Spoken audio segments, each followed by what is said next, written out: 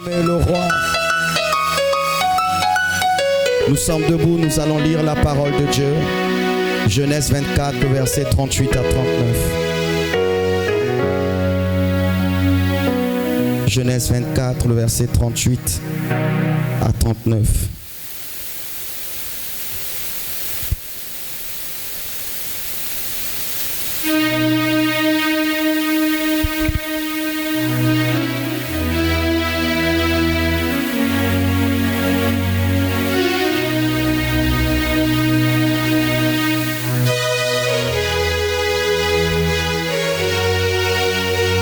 Excusez-moi, c'est Matthieu 24, s'il vous plaît.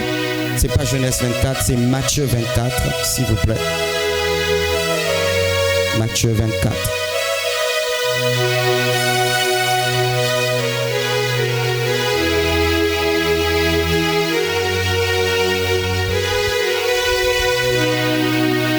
Car dans les jours qui précédèrent le déluge, les hommes mangeaient et buvaient, se mariaient et mariaient leurs enfants jusqu'au jour où Noé est rentré dans l'arche.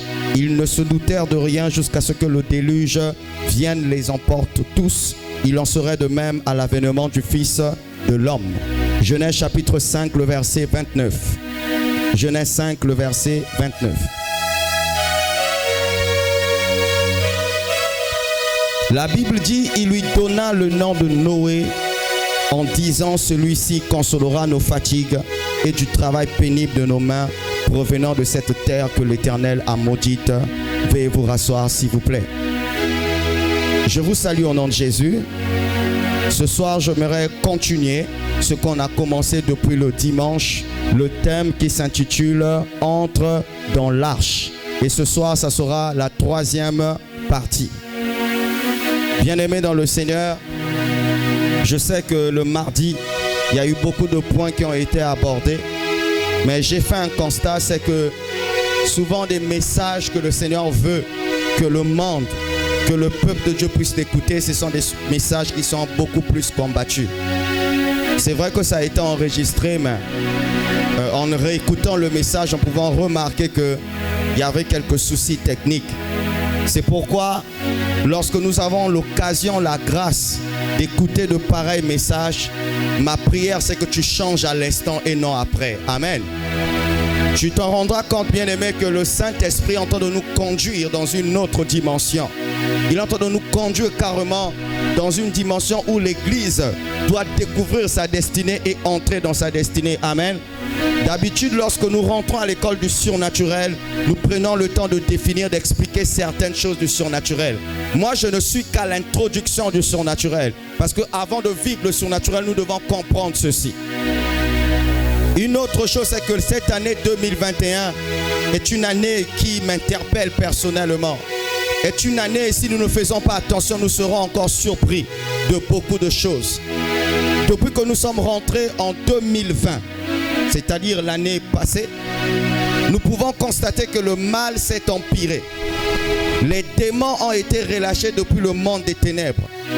L'ange de la mort fait beaucoup de dégâts plus qu'auparavant. Nous remarquons qu'il y a un phénomène depuis que nous sommes rentrés en 2020. C'est comme si les choses sont en train de changer. Et aussi, nous nous posons des questions par rapport au vaccin contre la COVID-19.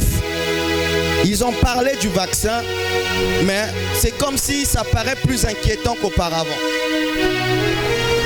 Dernièrement, j'ai suivi une vidéo qui a été postée sur les réseaux sociaux d'une dame aux États-Unis qui ne faisait que pleurer. Elle pleurait par rapport au vaccin. Elle dit quand elle a pris ce vaccin, tout allait bien. Mais au bout de 3 jours, elle a commencé à remarquer des déformations au niveau de son corps. À tel point que même sa mâchoire s'était déformée. Donc nous, on se pose des questions. Où va le monde? Comment quelqu'un peut s'asseoir? Des gens peuvent s'asseoir, inspirés par le diable. Leur but, c'est de détruire l'humanité, en particulier l'Afrique. Et nous allons nous rendre compte que certains pays qui l'acceptent, qui sont en train d'accepter ce vaccin, on ne sait pas quelles sont les conséquences que ça va causer. Et nous devons beaucoup plus prier pour notre pays, que Dieu nous épargne de ça. Donc depuis que nous sommes rentrés dans cette nouvelle année, il y a beaucoup de questions qui doivent nous interpeller. Ce matin, en lisant encore, toujours sur Internet, soi-disant qu'en RDC, on vient de découvrir une forme de maladie qui est comme la Covid, mais ce n'est pas comme la Covid. On comprend par là que le diable est en train de planifier beaucoup de choses. Et aussi,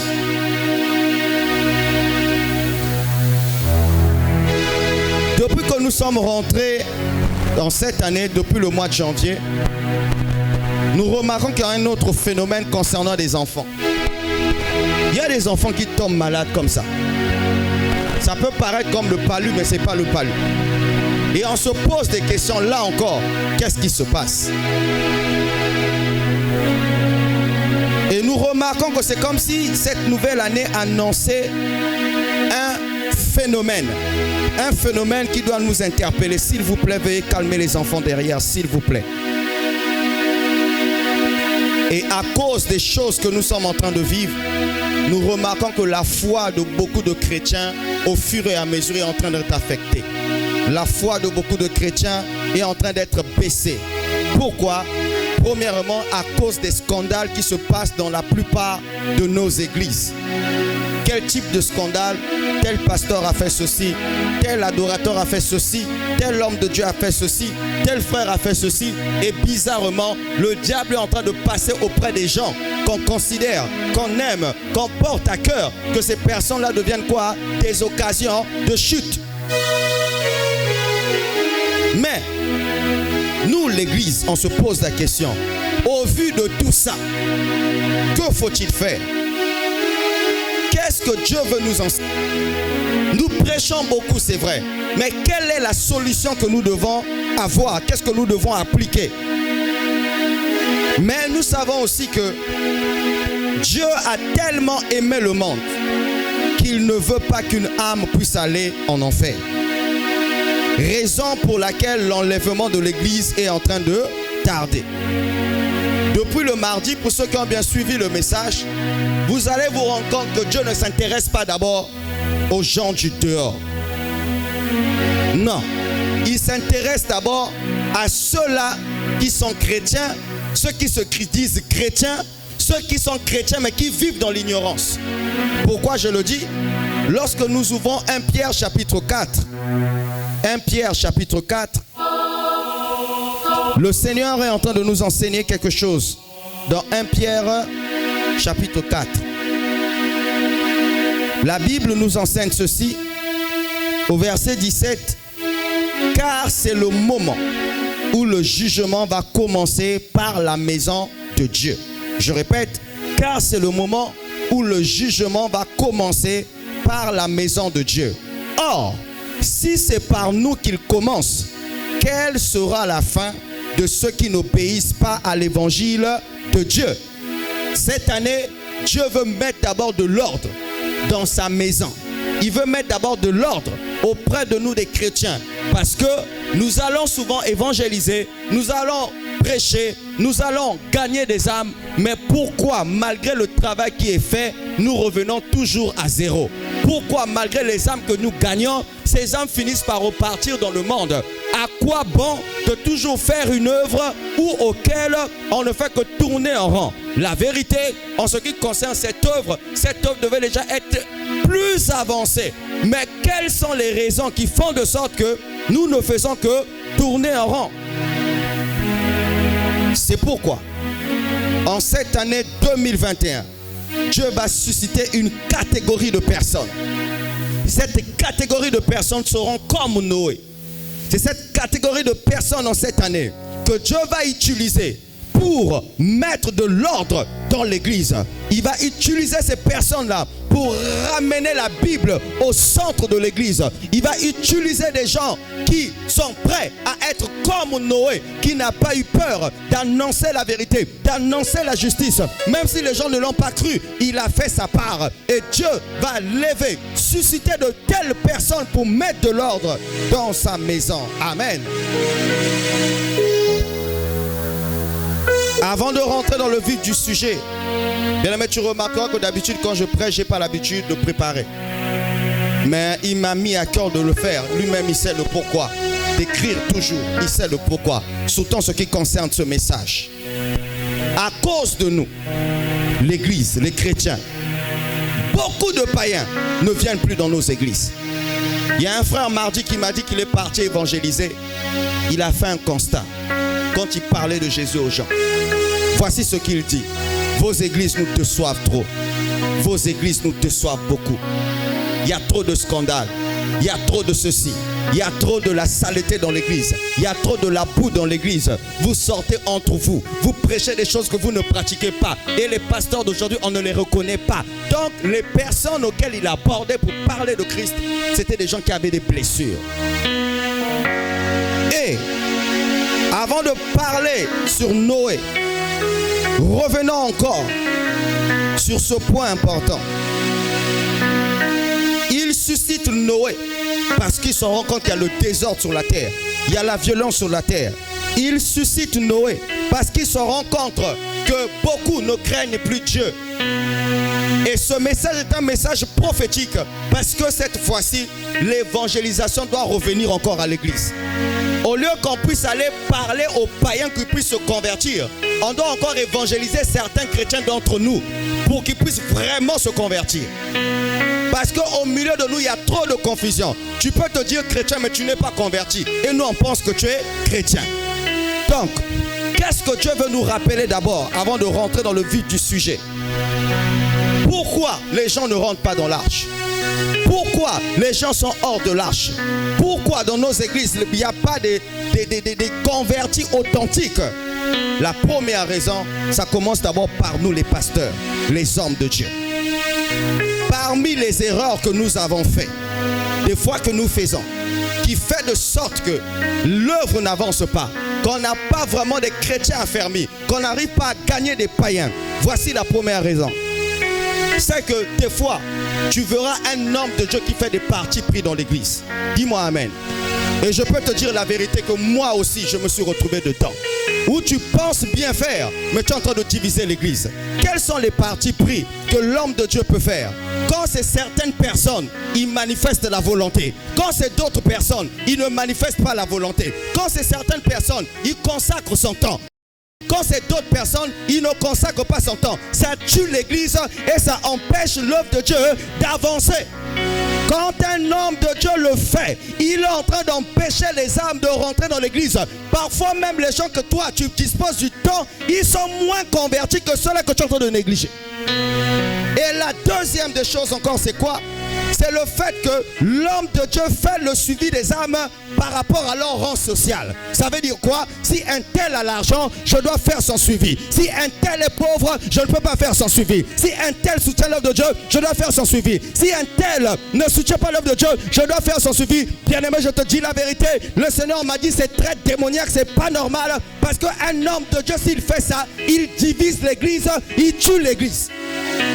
L'œuvre ne pourra pas avancer et à cause de ça, les âmes ne peuvent pas rentrer dans l'arche. Il ne doit pas avoir de parti pris. Il doit faire le suivi, pas en fonction de leur rang social. Parce qu'un tel a l'argent, parce qu'un tel n'a pas l'argent, je ne peux pas le faire son suivi. Non, qu'il ait l'argent ou pas, c'est une brebis, c'est une âme de Jésus. Il ne doit pas avoir de différence. Est-ce que tu me suis? Autre chose que nous remarquons, je prie beaucoup que ça ne nous arrive pas, que ça ne nous arrive pas, surtout ça, que Dieu nous préserve arche de vie de ça. Qu'est-ce qui se passe, surtout pour nous les pasteurs? Il fait toujours de ses collaborateurs des hommes riches, même s'ils ne sont pas convertis. Bien aimé, je sais de quoi je parle. Il y a des églises comme ça, où le pasteur a des collaborateurs, des hommes riches, qu'ils soient païens ou pas, ce n'est pas son problème. Parce que la personne soutient l'œuvre de Dieu. Vous savez que c'est un piège. Où toutes les fois qu'il y a un besoin, c'est eux qui donnent. Et ils sont toujours proches de l'œuvre de Dieu. Tu ne sais pas si ce sont des sorciers, des francs-maçons. S'ils viennent pour détruire l'église, tu ne sais pas. Et c'est à cause de ça que beaucoup d'hommes de Dieu ne prêchent plus la vérité. Parce qu'ils savent que s'ils prêchent la vérité, on ne va pas donner de l'argent. Or les gens oublient. L'or et l'argent n'appartiennent pas aux ouvriers, aux collaborateurs, ni aux partenaires. Mais l'or et l'argent appartiennent à Dieu. Si la personne ne supporte pas le message, il n'a qu'à aller ailleurs. Mais beaucoup des hommes de Dieu sont incapables de le faire. Ils ne vont pas donner la dîme, ils ne vont pas donner les offrandes. La bonne nouvelle, ici, œuvre de Dieu et comata. Que tu sois d'accord ou pas, l'œuvre de Dieu va avancer. Et ma prière, que ça ne nous arrive pas. Parce que tu as ton argent, tu veux imposer les choses. Tu veux imposer les messages. Comme disait un homme de Dieu, il a rencontré un frère qui dit, moi aussi Dieu m'a appelé par pasteur. Il dit, non, Dieu ne t'a pas appelé par pasteur. Il dit, dans ce cas, consacre-moi. Il a forcé. Et en plus, il a voulu apporter des modifications dans l'église. Et le pasteur était énervé. Il l'a injurié en disant, va te faire cuire un œuf en enfer. Ici, tu n'as pas ta place. Pourquoi? Parce que quand tu tombes dans ce piège-là, combien de pasteurs sont devenus francs-maçons à cause des faux collaborateurs? Combien de pasteurs aujourd'hui ont abandonné Dieu à cause des faux partenaires? Pourquoi? Je vais te donner 3 millions, viens signer. Je vais te donner 4 millions, viens signer. Que Dieu préserve l'arche de vie de ça. Que Dieu nous garde de ça. Que Dieu nous garde de ça. Un autre problème encore qui fait que nous ne gagnons pas des âmes, toujours des hommes de Dieu. Il fait du favoritisme dans l'église. Quand c'est un tel qui a péché, il dorlote. Quand c'est l'autre, il est dur. Quand c'est un tel, il dorlote. Je me retrouve aussi dedans. C'est ce problème-là qui empêche les âmes d'aller de l'avant. C'est ce problème qui empêche l'église de grandir. La sanction, c'est pour tout le monde. La sentence, c'est pour tout le monde. Il n'y a pas de fartu pris. Quand un homme de Dieu ne suit pas, il fait ces choses qui sont ici là, bien aimés, les âmes auront du mal à rentrer dans l'arche. Pourquoi ce message est sorti? Parce que Dieu veut mettre de l'ordre, sinon il va juger.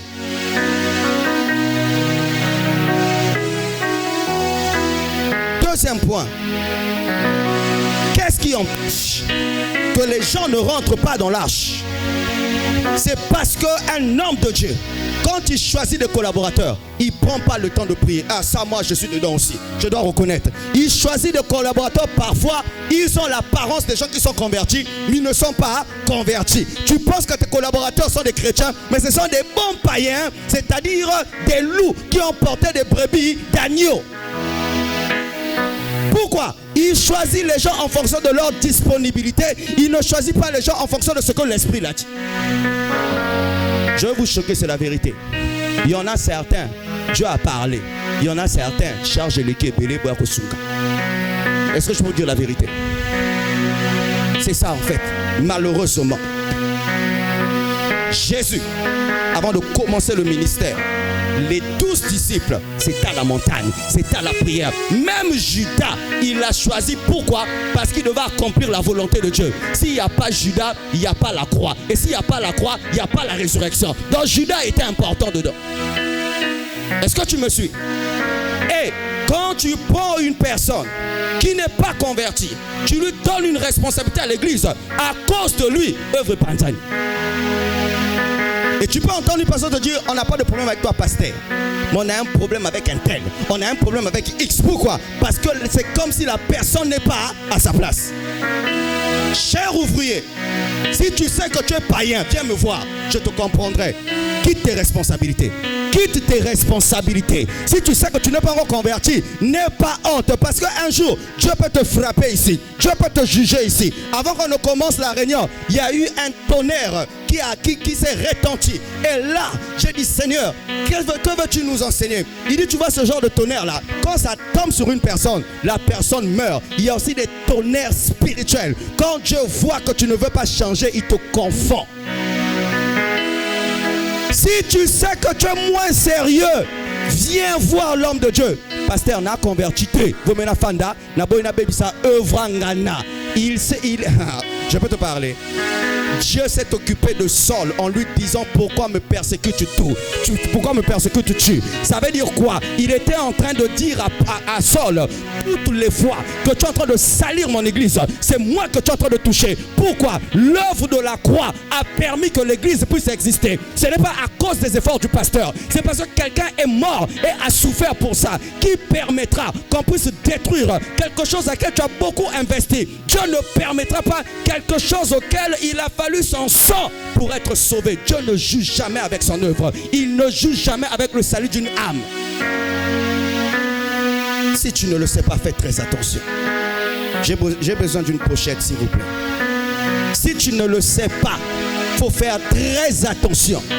Ne sois jamais une occasion de chute pour l'avancement de l'œuvre de Dieu. Ne sois jamais une occasion de chute pour l'avancement de l'œuvre de Dieu. Et si tu sais que tu es un païen, viens voir le pasteur. Sois pour toi humble. Tu dis, pasteur, en tout cas, il faut que je m'asseye. Ce n'est pas mauvais. Tu es en train de sauver ton âme. Autre chose encore qui fait de sorte que on ne puisse pas gagner les âmes, c'est quoi? C'est que des fois vous avez affaire à des ouvriers dans l'église qui s'habillent mal. Des ouvriers qui s'habillent mal. Vous vous habillez dans le but de séduire. Vous vous habillez pour paraître sexy. Et vous ne vous en rendez même compte que vous pouvez être une occasion de chute pour une âme que Jésus a gagnée. Pour une âme que Jésus a souffert. C'est pourquoi, cher centre, quel que soit le nombre qu'on saura, demain ou après-demain, quel que soit le nombre de chantes, toutes les fois qu'une soeur monte ici, elle doit être bien habillée. Tu n'es pas bien habillé, mais si tu as une belle voix, fanda. Parce qu'ici, tu peux être une occasion de chute pour une âme. Et ça, Dieu n'aime pas. Dieu n'aime pas. Et il y a un phénomène dans ce quartier. Des femmes, des mamans et des jeunes sœurs. Cinglé sans soutien. La personne se balade et ça bouge de partout. Église sans effet n'angé. Sans effet, sans effet, sans effet, sans effet n'angé.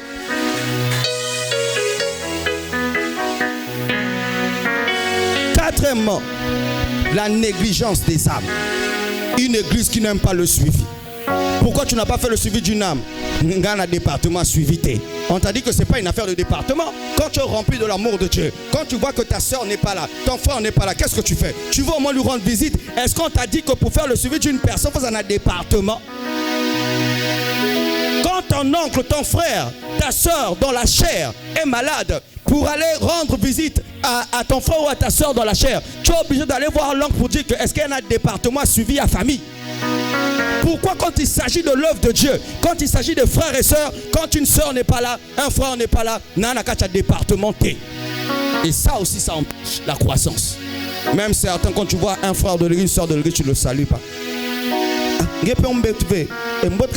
Pardon, ce n'est pas normal. Comment l'œuvre de Dieu peut avancer? Cinquièmement, nous faisons la guerre à cause des postes dans l'église. Et je vous dis la vérité que beaucoup d'églises sont détruites à cause de ça. Sont détruites à cause de ça.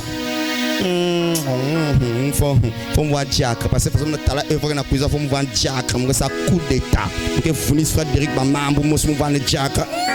Tout ça na gérer que mbonga na tala clair kuna forme mo si mba gérer que mbongi na sorcellerie. Je me par micro, mo sambil sœur il voit kangamba me remplacer. Kindoki, Dieu va te confondre. Sixièmement, l'impudicité dans l'église. Mes sœurs, je répète, quand tu viens dans l'église ici, tu viens à l'église, tu remarques qu'il y a un frère qui te court derrière, qui te drague. Il faut exposer la personne, viens réclamer la personne chez le pasteur, afin que la personne puisse savoir qu'on ne joue pas avec tout le monde. Mais toi, quand quelqu'un est là en train de te tripoter en secret, tu es là, tu trouves que c'est normal. Tu es pire que la personne qui est en train de faire ça. Donne-moi la main, je vais te parler. Je te dis la vérité, bien-aimé. Ça fait que demain, tu ne seras pas respecté. Je vais te prendre un exemple. Tu gagnes les âmes, tu parles de Jésus. Mais tu as une copine dans l'église. Tu as un copain dans l'église. Et le jour où on va évangéliser, bizarrement, en sortant de la maison de ce copain-là, comment tu vas lui parler de Jésus? Non, on allait te dire que repentez-vous, le royaume des cieux est proche. Donnez votre vie à Jésus. Le gars te regarde et dit, mais c'est moi, non? Non, non, non, non. Repentez-vous. L'enfer est là. Il faut donner ta vie à Jésus. En plus, il s'appelle, comment il t'appelle par bébé. Abalayote, atadotobégon à bébé. Et toi, ma soeur, avec les dons que tu as là, les dons là au complet, babengayo, bébé. Les gens te connaissent que toutes les nourritures que tu manges, au tigata mon pote, parce que tu avales tout. Pourquoi? Tu as des dons bénis, bébé. Tu n'as pas pu évangéliser, pourquoi? On est parti évangéliser chez mon copain. Et quand tu dis, prions, le Seigneur te fait ça. tu perds le respect, tu perds la crédibilité. Pourquoi? À cause de toi, les âmes ne peuvent pas rentrer dans l'arche. Et aussi, bien aimé, quand tu sais que tu es une responsable de l'église, fais attention à ta vie. Bien, tu t'imagines, je suis en train de prêcher. Oh, tu es bon. Dis quand on me côte dans l'église. Ah bien. Qui va le pasteur? Mamé. Bien que chérie à mon église est panzanate et panzani. Là c'est moi, maintenant toi, c'est comment? Avec toi maintenant c'est comment? Avec toi c'est comment? Dieu est bon. Mais encore les lascars d'aujourd'hui parlent mal. Mais c'est ma maman là. C'est Marco. Car regarde. Ma tapine, elle chante, elle est chrétienne. Ah, gars, elle est comme ça. Car la maman là. Ah, mais je t'assure, elle finit des turbos. Oh, mais c'est elle. Oh. Et là, tu vas voir des gens. Dieu va faire encore. Pasteur, l'Esprit de Dieu m'a convaincu d'aller à l'intercession. À Kimi. Pourquoi? Parce que on ne s'en rend pas compte. Dès que tu deviens responsable à l'église, tu n'as plus de vie privée. Tout est exposé. Bien aimé, prions le Seigneur. Prions. Vraiment, nous nous prions. Mon cap d'église, n'a des amis d'église à marquer. Vraiment, Dieu va faire. Chassons les mauvais esprits. Esprit est un pourquoi? Parce que, en fait, quand on te voit, c'est le jour et la nuit. Il y a un frère qui faisait ça dans une église. Le péché, fuyez le péché. Lui-même, il était dedans. Frère, ne prêche jamais les choses que tu ne mets jamais en pratique. Le péché. Un jour, Satan a gelé quelque part. Au fond, le frère, c'est un bon en masturbation. Pendant qu'il se masturbe aussi, il y a un frère qui vient le rendre visite. Il se rend compte que dans la douche, là-bas, quelqu'un est en train de mourir. Il voit comme ça, c'est le frère qui prêchait contre le péché. Et quand il se sent vu, côté année peut changer. Non, bien aimé, la Bible dit ne jugez pas. Ne jugez pas. Quand tu jugeais les autres, tu ne savais pas. Frère, dès que tu deviens responsable ici, il n'y a plus de vie privée. Pourquoi? Mais l'église est l'église avec nous.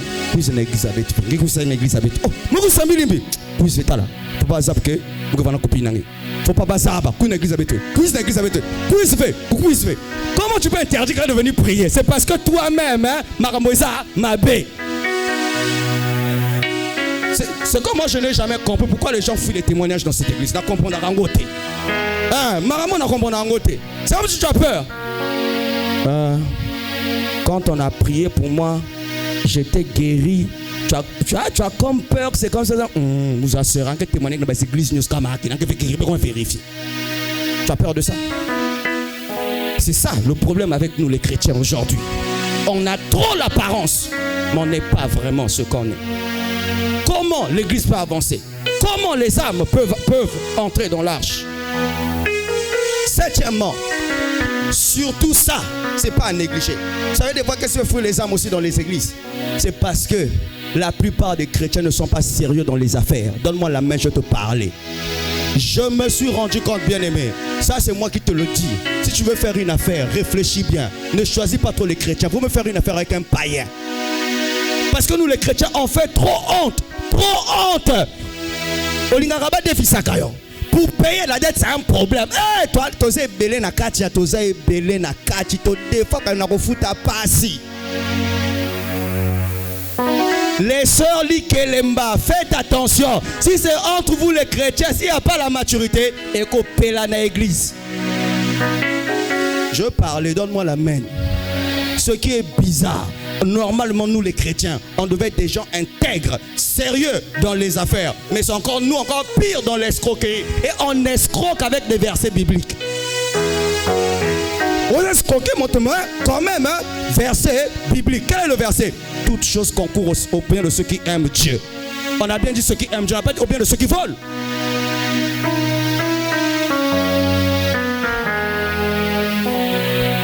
Dans tout ça, quelle est la responsabilité de Noé dans tout ça? Quand Dieu remarque il y a de la saleté dans l'église, quand Dieu remarque il y a de la boue dans l'église, quand Dieu remarque que l'œuvre de Dieu n'avance pas, quand Dieu remarque que les gens ne changent pas à cause de leur langage, à cause de leur attitude, au lieu qu'il y ait l'amour, on trouve la haine, au lieu qu'on puisse se respecter, on trouve qu'il n'y a pas de respect. Qu'est-ce qu'il fait? il doit susciter. Dieu veut faire des grandes choses, mais c'est nous qui le limitons. C'est nous qui l'empêchons. C'est nous, bien-aimés, qui empêchons à ce que l'œuvre de Dieu puisse aller de l'avant. C'est pourquoi pendant ces 40 jours, ce que Dieu veut faire, c'est quoi? Il veut que tu renonces aux choses auxquelles tu es attaché, afin que lui, il puisse te conduire dans ta vraie destinée. Parce qu'il y a ces choses que si Dieu n'enlève pas, il ne pourra pas t'élever. Beaucoup n'ont pas de problème des démons. Beaucoup en eux, le monde n'a jamais quitté leur cœur. Il y a ces choses qui sont cachées. Bien-aimé, il y a une leçon que j'ai tirée dans la vie. Comment expliquer une personne après 30 ans de mariage, il commence à divorcer?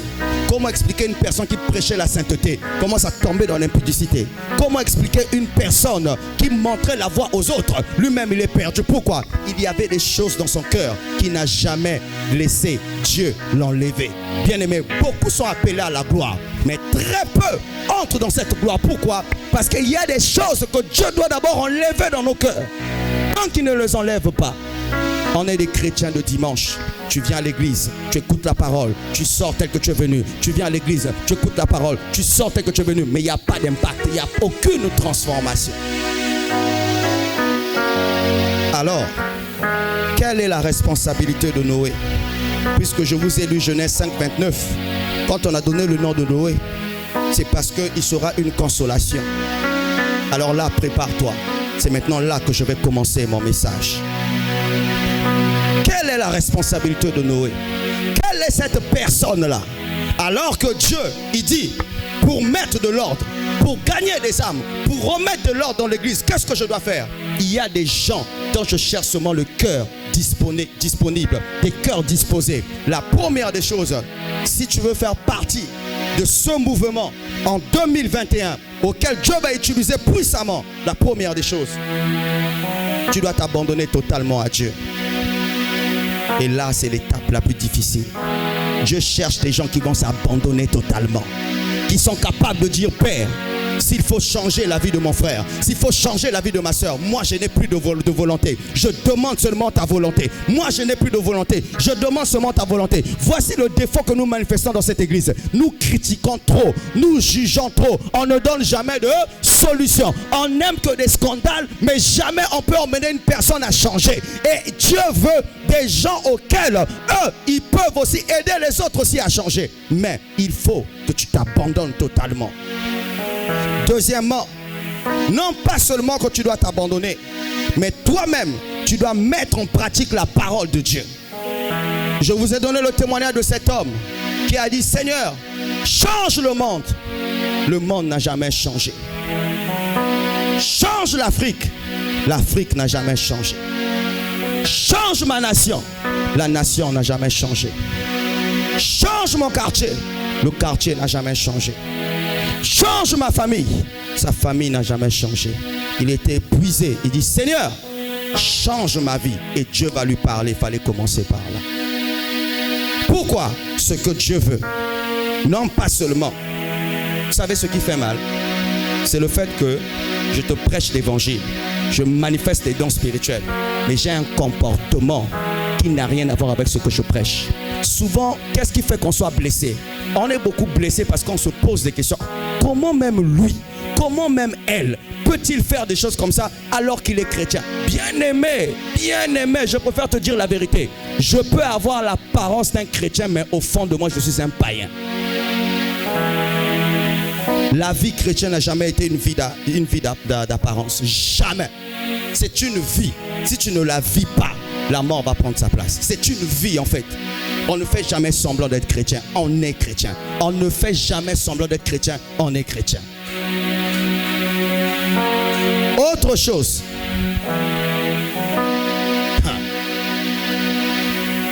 Quand il va pratiquer la parole, il va passer à un troisième niveau. Il doit avertir les autres.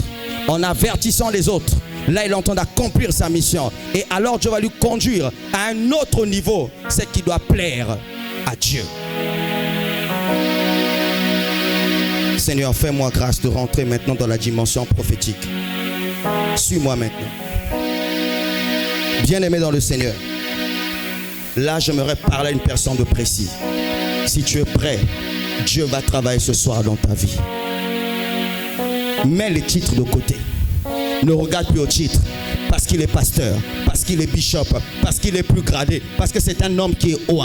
Ce que je cherche, ce n'est pas les titres. Ce que je cherche, c'est une personne dont le cœur est disposé. Même si 2020, il y a eu le chaos. Même si 2020, tu es tombé dans le péché. Même si 2020, tu as fait des erreurs. Le Seigneur permet que je puisse te donner ce message pour dire, ne manque pas le début. Parce qu'il doit passer par toi afin de changer la vie des autres. Mais je préfère te dire la vérité. Le Saint-Esprit deviendra très exigeant. Parce qu'il ne permettra pas la honte puisse venir de toi. Mais si tu t'abandonnes à lui, si tu laisses le Seigneur travailler fortement ton caractère, ton cœur, tu deviendras une consolation pour ta famille, une consolation pour l'église, une consolation dans ton quartier, une consolation dans la nation. Quand on veut parler du mal des chrétiens à cause de toi, grâce à toi, on peut dire non, tous les chrétiens ne sont pas mauvais. Je connais un frère, je connais une soeur, elle craint Dieu. Je connais le cœur de ce frère, je connais le cœur de cette soeur. Ce qu'on a remarqué, on peut l'injurier et bénir les autres, on peut mal parler, il fait du bien aux gens, on peut le diminuer, il est toujours humble. Je connais parmi les faux chrétiens, j'ai rencontré des vrais chrétiens. Dieu veut une telle personne qui a un cœur, une personne qui est réellement convertie, une personne qui est prête à abandonner le péché parce qu'il aime Dieu. Il n'abandonne pas le péché à cause du pasteur, il n'abandonne pas le péché à cause de l'église, il abandonne le péché parce qu'il aime Dieu. Il a des désirs, il a des pulsions, mais parce qu'il aime Dieu, parce qu'il s'est offert en sacrifice. Il dit, Seigneur, non, moi je ne peux pas te faire honte, je vais aller jusqu'au bout, je refuse la vie d'impudicité. Je veux me consacrer à toi. Les autres peuvent réussir. Les autres peuvent se marier. Ils peuvent avoir beaucoup d'argent, beaucoup d'enfants. Moi, je ne veux pas me compromettre. Si tu me bénis, gloire à Dieu. Si tu ne me bénis pas, gloire à Dieu. Mais je veux rester intègre. C'est de telles personnes que Dieu cherche ce soir. Je ne suis pas impressionné pour ceux qui sont absents. Ce qui m'intéresse, c'est que tu es présent. Et le Seigneur veut prendre un nouveau départ avec toi. Le Saint-Esprit veut prendre un nouveau départ avec toi. Il veut enlever en toi la colère. Il veut enlever en toi les plaisirs charnels. Il veut que tu deviennes une personne consacrée. Ta famille va changer. Si toi tu changes, tes frères vont se repentir. Si toi tu changes, la nation va changer. Si toi tu changes, l'église va changer. Si toi tu changes, ta soeur va changer. Si toi tu changes, ton frère va changer. Si toi tu changes, d'abord toi, pas les autres, d'abord toi. Dieu cherche de telles personnes. Lorsqu'on critique un frère, tu dis, c'est mon frère dans le Seigneur. Je ne te donne pas le droit de parler du mal de mon frère. Je ne te donne pas le droit de parler du mal de ma soeur. Je ne te donne pas le droit de parler du mal de mon pasteur. Je ne te donne pas le droit de parler du mal de l'église. La personne ne le fait pas pour faire plaisir aux gens. Il le fait parce qu'il sait, on est frère, on sœur en Christ. Et s'il y a des problèmes, on traite des problèmes en famille et non dehors. Dieu cherche de telles personnes au milieu de nous ici, des personnes sérieuses, des personnes qui reconnaissent, j'ai mal débuté l'année 2020, mais je veux saisir l'opportunité avant de rentrer en jeûne. Je veux un changement de cœur. Je veux être comme Noé. À son époque, les gens menaient leur vie, mais Noé est resté intègre. On se moquait de Noé. Noé dit, moi j'ai pas peur de la mort, mais j'ai plus peur de Dieu. J'ai la crainte de Dieu. Noé a dit, je veux mener une vie exemplaire. C'est pourquoi il a trouvé grâce à Dieu. Bien-aimé, même si les pasteurs tombent, toi ne tombes pas. Même si les frères tombent, toi ne tombes pas. Même si les sœurs tombent, toi ne tombes pas. Même si tu apprends des scandales, toi ne tombes pas. Garde ce cœur. Demande à Dieu de te donner ce cœur. Combien d'entre nous, on a prophétisé, on a parlé en langue, on a manifesté la puissance, mais des vies qui font honte, des vies médiocres. Combien d'entre nous, bien-aimés, on a fait du mal aux gens, mais parce que, à cause de notre caractère, les gens ne sont pas sauvés. Et si tu sais que tu as blessé quelqu'un, tu as maudit quelqu'un, tu as calomnié quelqu'un, demande pardon, mets de l'ordre dans ton cœur, parce que ce soir, Dieu cherche seulement une personne qui est prête à s'offrir en sacrifice. Pourquoi je dis sacrifice? Ça ne sera jamais facile. Tu vas connaître la pression, tu vas connaître les injures, tu vas connaître les calomnies, on va se moquer de toi, on va parler, on va beaucoup parler, mais toi, est-ce que tu es prêt pour ça? Pendant que les gens peuvent être distraits, toi tu restes concentré.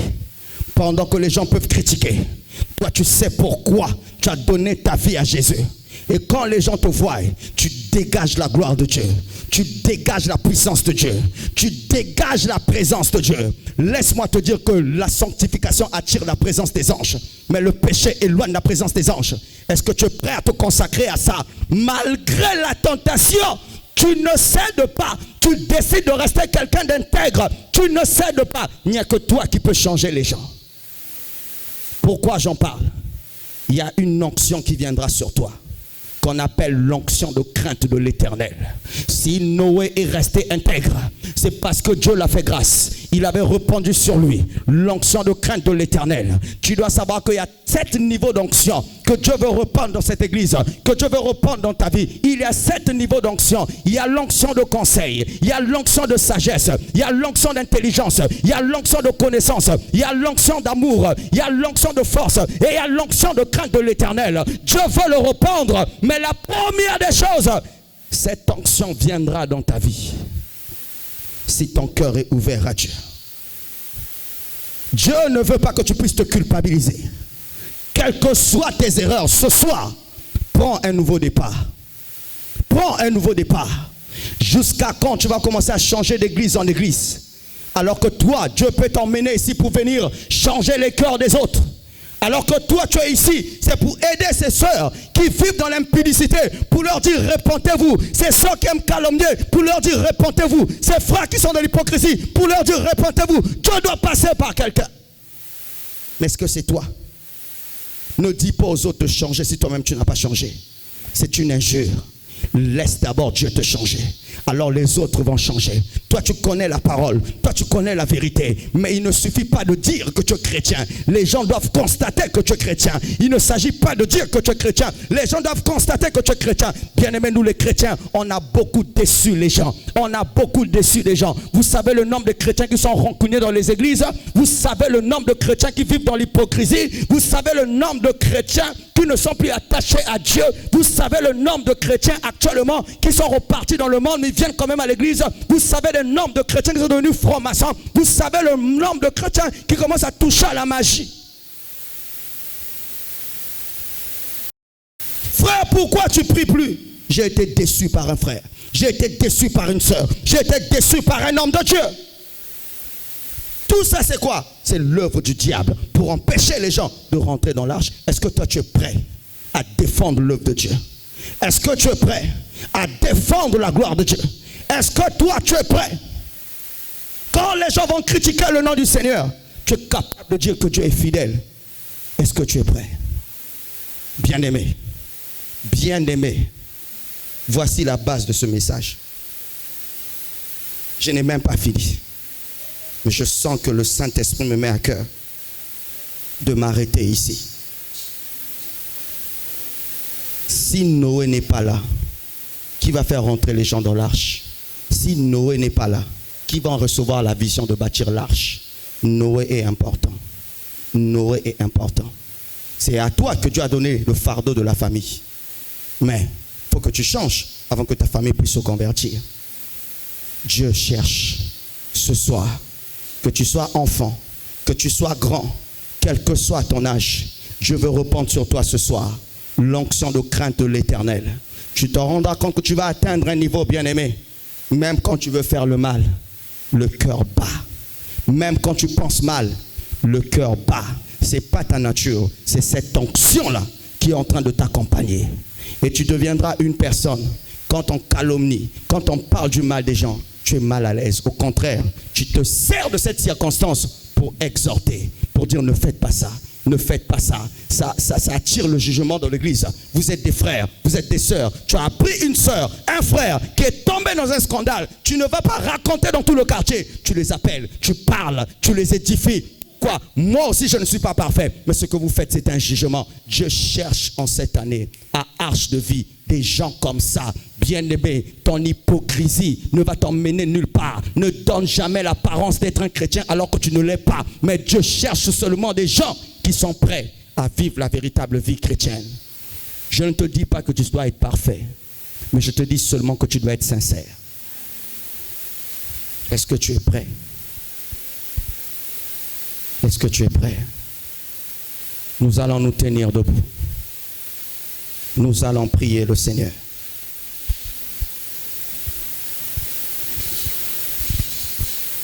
Yesu abengi ngai nanzimi. Yesu abengi ngai nanzimi. Yesu abengi ngai nanzimi.